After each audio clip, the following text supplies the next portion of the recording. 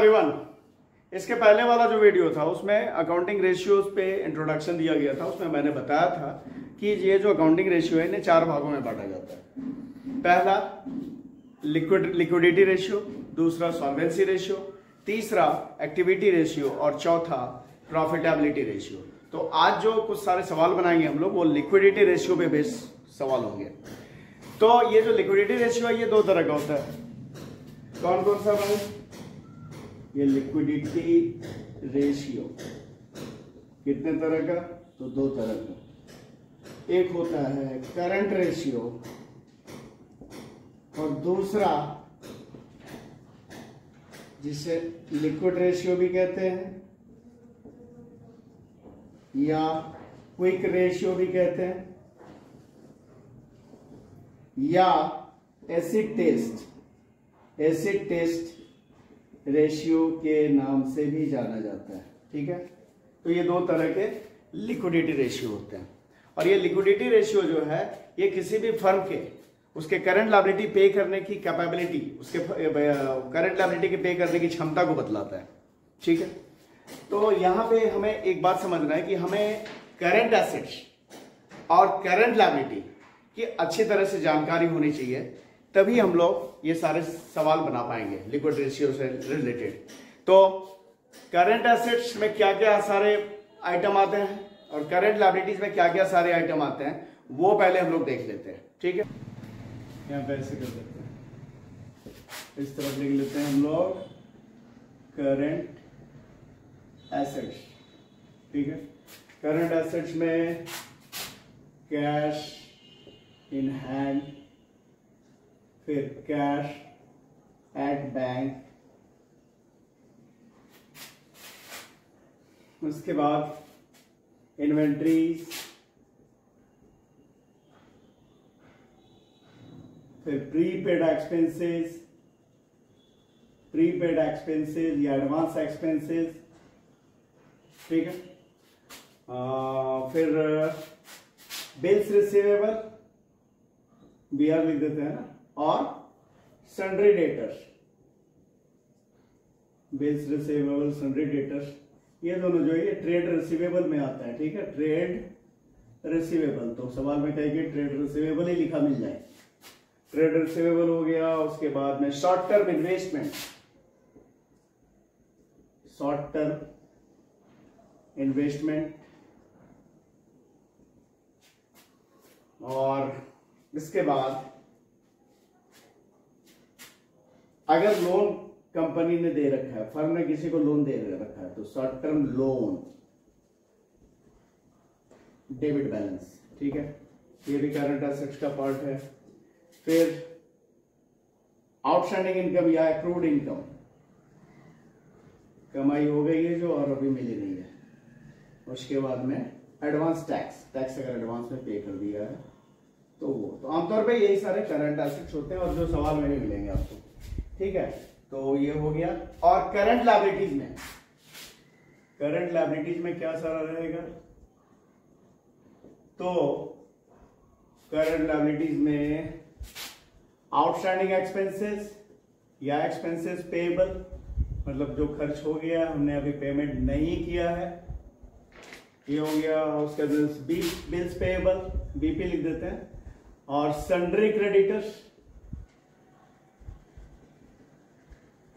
तो bills payable sundry creditors क्या होता है? Trade payable. जैसे बिल्स रिसीवेबल और सन्ड्री क्रेडिटर्स होता है ट्रेड रिसीवेबल, उसी तरह बिल्स पेएबल और सन्ड्री क्रेडिटर होता है ट्रेड पेएबल।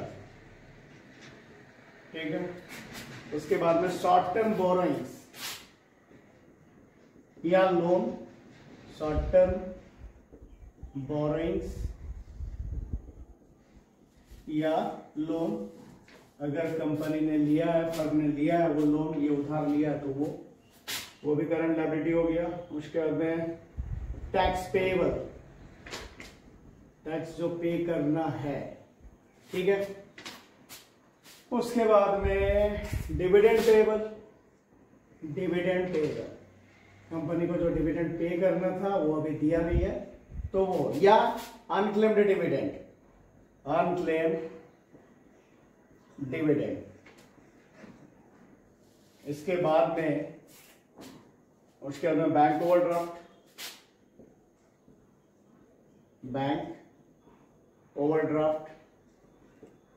बैंक ओवरड्राफ्ट के बाद में कोई इनकम अगर एडवांस में मिल गया तो, है ना, एडवांस इनकम या अनअर्न्ड इनकम, एडवांस इनकम, तो ये सारा रहेगा करंट लायबिलिटी में।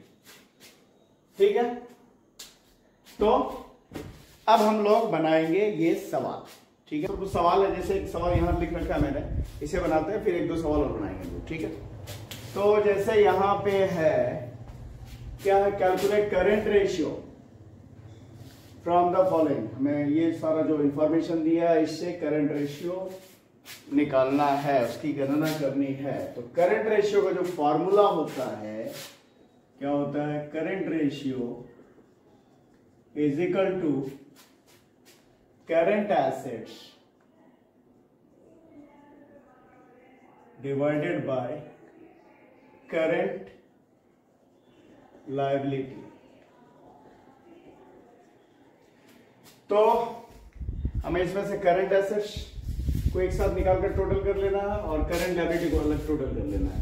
फिर क्या करना है, करंट एसेट्स को यहाँ पे ऊपर में रखना है, करंट लायबिलिटी को नीचे में रखना है, उसे डिवाइड करके करंट रेशियो निकाल देंगे। तो सबसे पहले करंट एसेट्स चाहिए। यहाँ पे करंट एसेट्स क्या क्या है, तो करंट एसेट्स में इन्वेंट्री है। इन्वेंट्री कितने का, इन्वेंट्री है 50,000। ठीक है, और करंट एसेट्स क्या है, यहाँ पे लिख देता हूं, ये करंट एसेट्स है CA।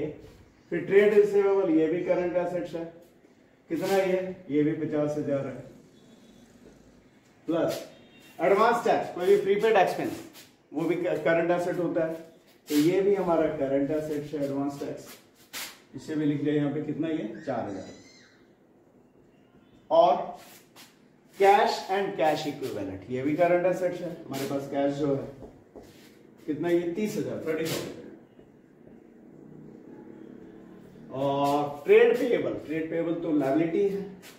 अच्छा, तो करंट एसेट बस इतना ही है, क्योंकि ट्रेड पेएबल है और बाद में शॉर्ट टर्म बोरोइंग है, ये दोनों लायबिलिटी है, तो ये दोनों करंट लायबिलिटी है। इसे भी एक साथ कर लेते हैं, करंट लायबिलिटी क्या क्या है भाई, तो एक है ट्रेड पेएबल कितना, 1 लाख,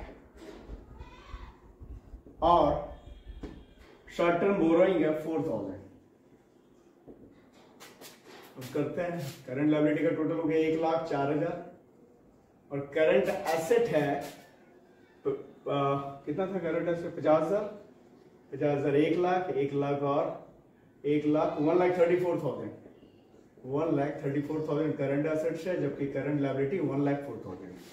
अब फॉर्मूला जो उसके हिसाब से वैल्यू रख देते हैं, तो करंट रेशियो निकल जाएगा, current ratio is equal to current asset कितना, 1,34,000, 1,34,000 डिवाइडेड बाय करंट लायबिलिटी कितना, 1,04,000।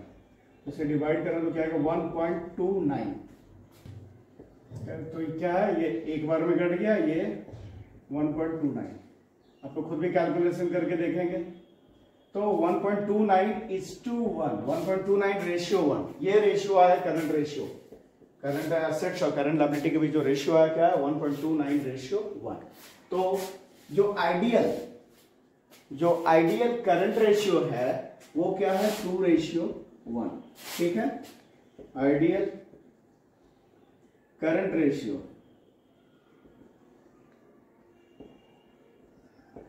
क्या है, 2:1। So business is not able to pay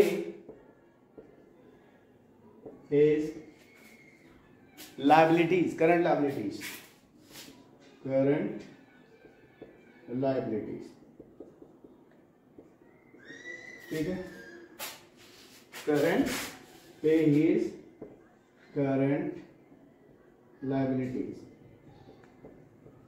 बात समझ में आया कि चूंकि जो किसी भी बिजनेस का जो आइडियल करंट रेशियो है 2:1 होता है, मतलब करंट एसेट्स करंट लायबिलिटी का 2 गुना होना चाहिए। ठीक है, लेकिन यहाँ पे क्या रेशियो निकल कर आ रहा है 1.29/1। तो ये रेशियो आइडियल रेशियो से कम है, इसलिए बिजनेस अपने करंट लायबिलिटी को पे करने में समर्थ नहीं होगा, सक्षम नहीं होगा। तो ये एक सवाल देखें। अब अगला देखते हैं। अब ये देखते हैं दूसरा सवाल। The ratio of current assets ₹6 lakh and current liability ₹4 lakh is 1.5/1। Current asset 6 lakh है और करंट लायबिलिटी 4 लाख है, और इसका जो रेशियो बनता है क्या बन रहा है 1.5/1। The accountant of the firm is interested in maintaining a current ratio of 2/1 by paying off a part of current liability।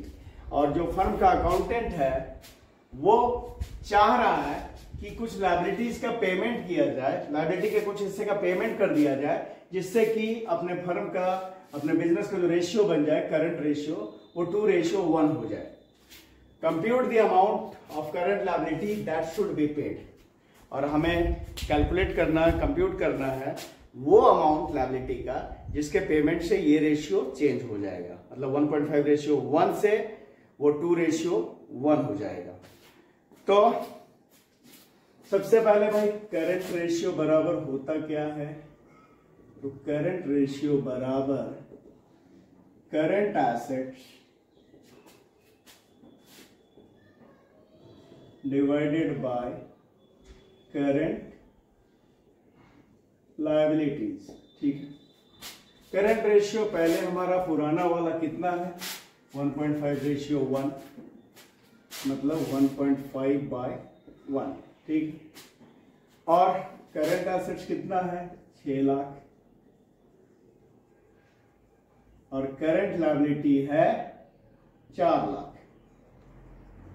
अब अकाउंटेंट चाह रहा है कि इस लायबिलिटी का कुछ हिस्सा का पेमेंट कर दिया जाए, जिससे कि हमारा जो रेशियो है वो 1.5/1 से बदल कर 2/1 हो जाए। तो मान लेते हैं let the amount of liability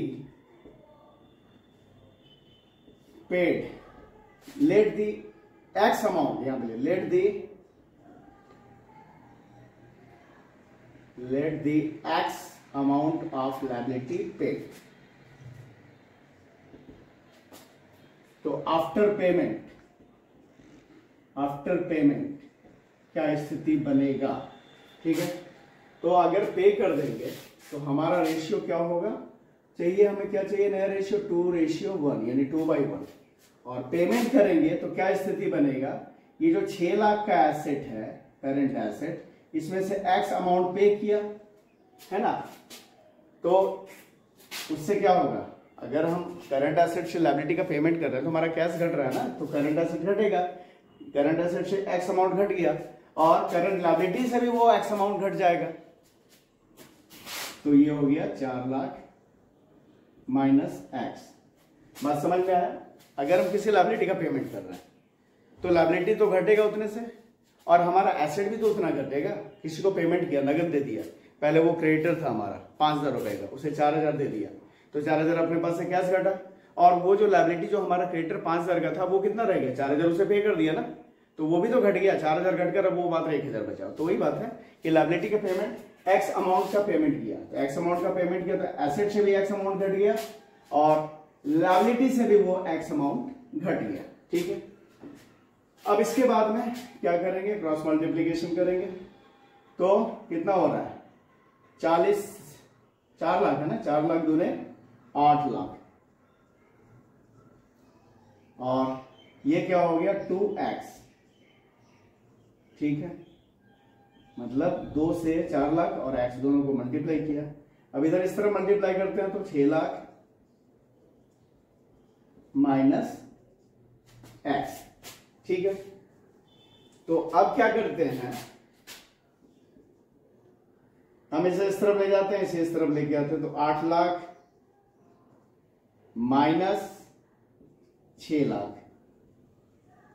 इस तरफ प्लस में था, इधर माइनस हो गया। ठीक है, और इसे इस तरफ ले गए तो ये प्लस हो जाएगा, तो 2x माइनस x। तो अब आगे क्या होगा? 8 लाख में 6 लाख घट गया, यानी 2 लाख। अच्छा, और 2x में x घट गया तो x, मतलब x का मान कितना निकला, x का वैल्यू निकला 2 लाख। x को हमने लायबिलिटी माना है, ठीक है। तो लायबिलिटी हमें कितना पे करना पड़ेगा, 2 लाख रुपए का, जिससे कि हमारा रेशियो सुधर कर 1.5 रेशियो से 2:1 हो जाएगा। तो लिख लेते हैं payment of liability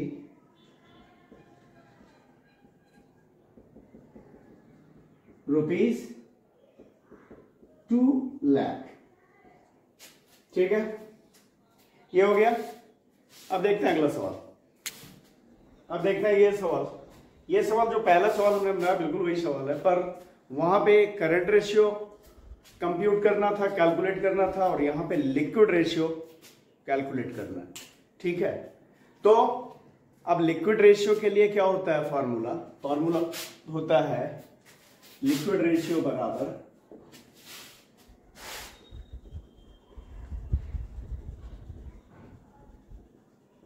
liquid assets